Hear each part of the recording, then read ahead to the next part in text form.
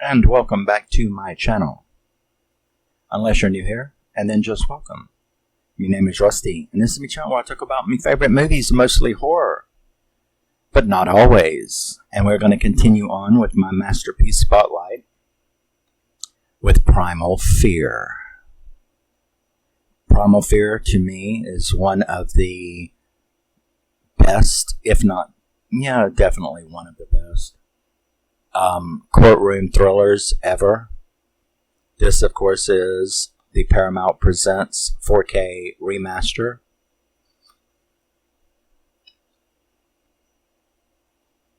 People say that the 4K isn't up to their usual standards, but that transfer, which is also the new Blu-ray that comes with it, looks beautiful on Blu-ray, and they're correct.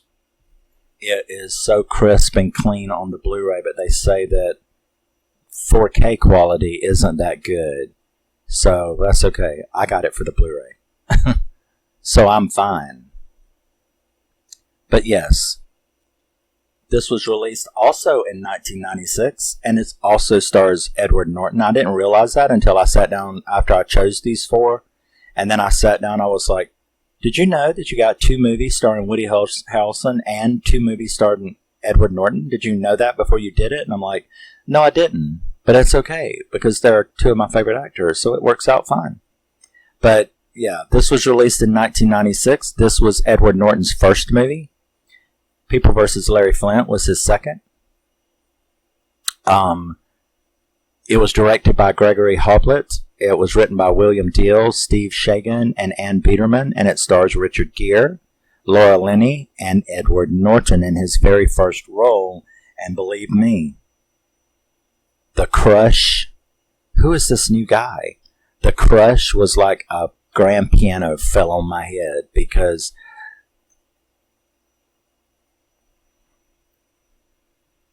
me like some Ed Norton. But, so yeah, I was immediately like, made my ring finger itch, it's like, marry me. So anyway, getting back to it. So this was released in 1996. Like I said, it was the same year as The People vs. Larry Flint. So Ed Norton had two fantastic roles. That's the reason why he became a star so fast. But Primal Fear, also a long movie at 2 hours and 9 minutes. I love my long movies. So we have Richard Gere, who plays a pessimistic attorney named Martin Vale. And he has definitely been through the ringer. He went from the prosecution office to being a defense attorney. He's very pessimistic about the justice system, which, believe me, you'll find a lot of lawyers that way. Once they experience the justice system, they're like, it's not named correctly, because it's definitely not the justice system. But so he's got some issues. He's also got some egotistical issues, narcissistic issues. He likes being in the spotlight. He likes, people knowing his name and stuff like that. So he is watching TV at a bar, and he notices this new thing that happened, and that is the local bishop was viciously and brutally murdered, which they show, stabbed 78 times, and they caught this kid named Aaron, an altar boy, and he immediately sees that as I want that case, because this is going to be big. So he initially takes the case because it makes him even more of a star than he is, right? So he goes and he sees him and he meets him, and it turns out that Aaron is like this he's got a stutter. He's from Kentucky. He's got a bad accent. Well, not a bad accent. It's just an accent from Kentucky. So he's got this accent. He stutters. He don't know what it is. He was there when the guy was murdered, but he said there was another person there.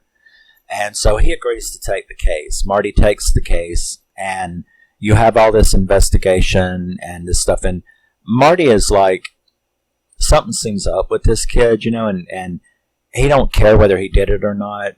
That's his whole pessimism thing. I'm a defense attorney. I don't care what you did. I don't care if you did it or not. You're going to get the best defense. That's why a lot of people really hate defense attorneys, because you're like, how can you defend that person? That's why the Constitution says they have to. So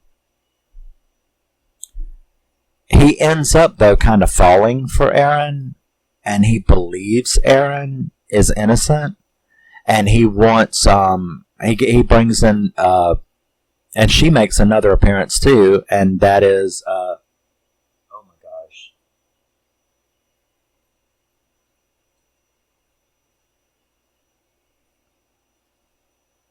I keep forgetting names. Frances McDormand. She shows up in the next movie. But she plays this neuropsychologist who comes in, and she thinks there's something wrong with Aaron, but we're not really sure. Now, as the investigation goes on, Richard Gere, Marty, finds out that, something is going on between all of this, and it is also tied into the prosecutor, the city prosecutor. There's like a business deal that the bishop was involved in. So things start taking these really interesting courses, and he also discovers that there was a tape. This boy that beat up his investigator, who, when he went to Aaron's room that he stayed in, why they end up finding him, named Alex, wanting to know, why were you in that room? Why did you attack my investigator? He finally admits, after a big fight, that he was in there looking for a tape. So Marty goes and snoops around the bishop's place, and he actually finds this tape. And it turns out that this bishop is very naughty. This bishop has been forcing people, or, kind of forcing, I guess. But he runs these charities, like get kids off the street, teenagers off the street. And some of them he has been, let's just say, getting them to make porno. So he's been getting them to make porno for his own pleasure while he sits there and directs them. You do this, you do that, you do this. So this changes the whole nature of the case, because it's motive, right, for Aaron to have killed him, because Aaron's in these tapes, or is in this sex show. So he doesn't really know what to do. He can't introduce it as the defense attorney because it's motive, so they have to trick the prosecution. So they leave it on her doorstep, and she's like, this is going to make me look bad. Everybody's going to hate me for smearing the bishop's name. So there's this lawyer tricks is what it is between these two. And they used to date. She called it a one-night stand that lasted for 6 months. So she doesn't really like him that much. And so there's a lot of that kind of stuff going on as you sort of figure out the story and what's happening. Now, when he finds this out, he goes and confronts Aaron in prison, or in the jail. He's like, you lied to me. You did kill him. And then he lets him know that I saw the tape. Now, when this happens, he starts screaming at him, I saw the tape. You did kill him. You lied. What the hell are we going to do now? And he pressures him so much that all of a sudden, Aaron snaps and changes. He loses it was an amazing transformation. He loses the stutter. He loses the accent. And he is a badass. Scares the hell out of Marty. Grabs him, throws him up against the wall, talking to him. And his name is Roy. So Aaron has split personality. He's Aaron and he's Roy. Roy is like total badass, scares the hell out of Marty. This case has just went crazy, because you've got this background money issue. You've got the bishop doing porn. You've got now, but the trial has already started. You can't change your plea in the middle of a trial. So he's kind of stuck, not knowing what to do. So now that they have figured all of this out, he has to come up with some really slick lawyer tricks to get that brought into the trial, the split personality. Because, once you just plead not guilty, you can't then change it to not guilty by reason of insanity. So he's kind of stuck. So you get to see this interesting lawyer stuff going on between them. And he does manage to get the psychiatrist up there, or the neuropsychologist, but it don't go that well because the judge isn't going to have it. It's like, you're trying to sneak insanity in here, and I'm not going to let you do it. So he has to come up with something else. He puts Aaron on the stand because he knows that if he's pushed, Roy will come out. And he kind of knew that. So he got up there and he fucked with him a little bit, asking him questions and getting him a little anxious and getting him a little nervous. And then he let her take over the prosecution. And he knew that because of the way she is, that she was going to go up there and she was going to make Roy come out. And she definitely did. She said a bunch of nasty stuff, basically calling bullshit on everything. And Roy comes out and he attacks her in the middle of the courtroom. Puts it all to rest. The judge brings him and her into the thing and said, look, I can do a mistrial if you want to because of what just happened. And she was like, no, we don't want to try this case again, because of the bishop and all the politics involved. We don't want to try this case again. And she said, okay, well, here's what I can do. I'm just going to change it to a bench trial, dismiss the jury, change it to a bench trial. I'm going to adjudicate him loopy and have him put away for 30 days. And evaluated as to where we go from there. And then she was like, well, he'll be out in 30 days. And she's like, well, it's take it or leave it. This is what we're going to do. So Marty goes to deliver the good news to Aaron. And that is he gets down there and tells him that everything's going to be fine. Of course, Aaron claims that he doesn't remember attacking her because that was Roy, right? So he explains that everything's going to be fine now. And you can tell that Marty really likes him and really believes him. So everything's going to be fine now. You're going to go to a doctor where you can get some help. And then Aaron screws up. And that is as he's walking away, all happy that everything is done. Aaron says, tell her, the prosecutor, that I'm sorry about her neck. And I hope she's okay. So Marty's like walking away, and then like the audience and Marty like get it at the same moment. They're like, wait, Roy is the one who attacked her, so you don't remember anything Roy did. You don't remember what just happened. So how do you, about her neck, how do you know that? So he comes back and he's like, wait a second, how do you know that? What did you just say? And then that's when Aaron starts clapping his hand and was like, very good. Screwed up there, didn't I? I was so wanting to tell you anyway, but I didn't know whether I wanted Roy to tell you or Aaron to tell you. And he is just stunned because he admits that this whole thing, the whole split personality, he not only did he kill the bishop, he called it a work of art, but he also killed the girl that was in the video too, that was Aaron, that Aaron wanted to be his girlfriend, Roy had killed her too. Or he had killed her too.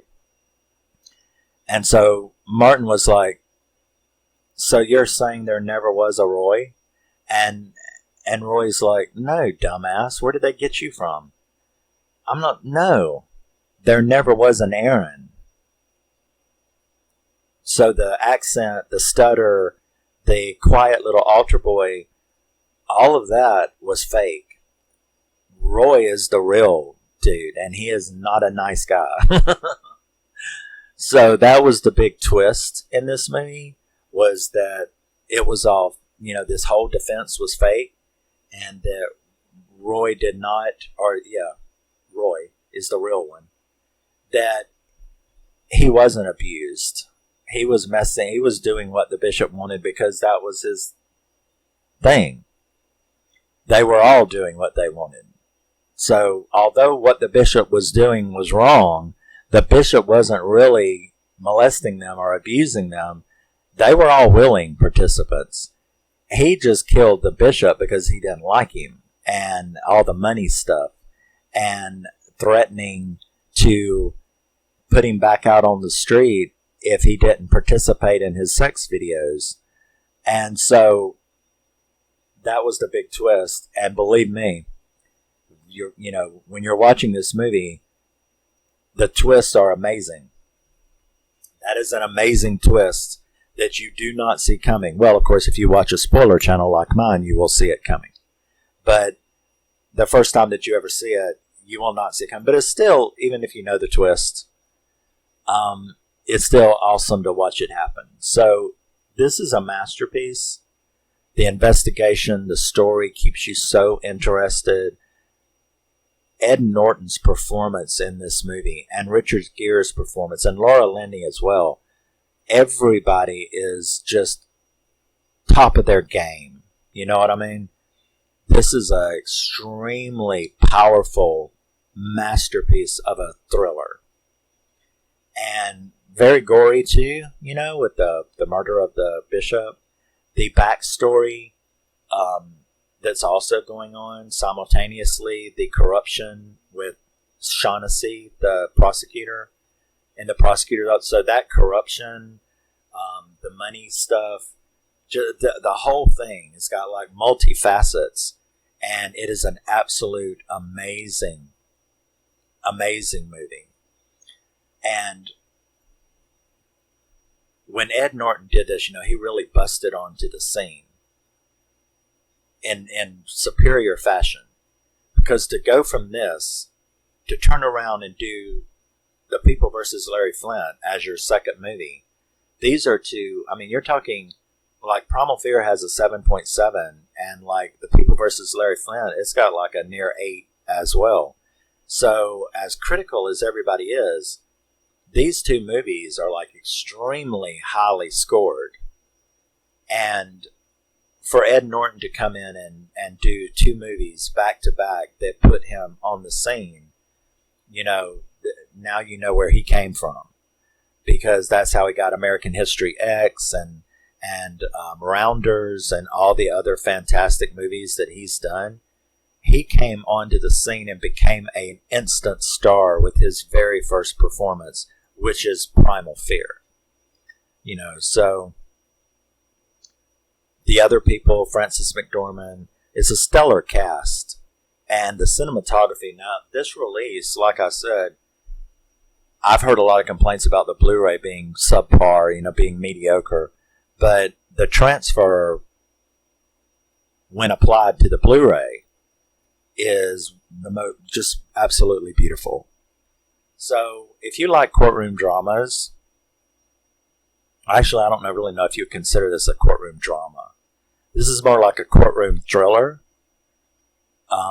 based on the other scenes in the movie. There's a little bit of mystery as well.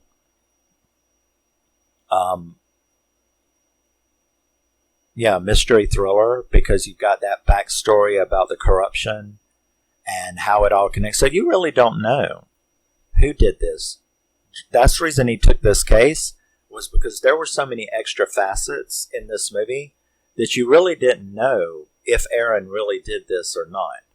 Because once you found out about the corruption that the bishop was involved in, and that the other people that he had involved in the sex tapes, and the corruption in the prosecutor's office, who killed one of Marty's friends that he had been trying to help. You know, he ended up dead as well, and he knows that Shaughnessy, the prosecutor, had him killed. This is the prosecutor of the city, has someone murdered, and he knew he did. He can't prove it. He put him on the stand and scared the hell out of him, made a fool of him in public too. So with all of this stuff going on, there was a mystery about you not knowing whether Aaron really did this or not. And then when you found the split personality, it wasn't until Roy's first appearance, you know, when he admitted to having done it, but for just to protect Aaron, his other personality. So it all comes together in an amazing, amazing story. So let me know. Have you seen Primal Fear? What do you think about Primal Fear? Do you have it? I absolutely love it. And we will finish up this masterpiece spotlight next. And then go back to some horror. But every once in a while, I do like to show that I am a movie buff outside of horror as well. That was Primal Fear from 1996, starring Richard Gere, Laura Linney, and Ed Norton's very first role. And I will see you in the next. Love you, miss you, bye-bye. Always remember, and never forget, you're a very, very special person. Even if you don't have a fake split personality. Bye-bye.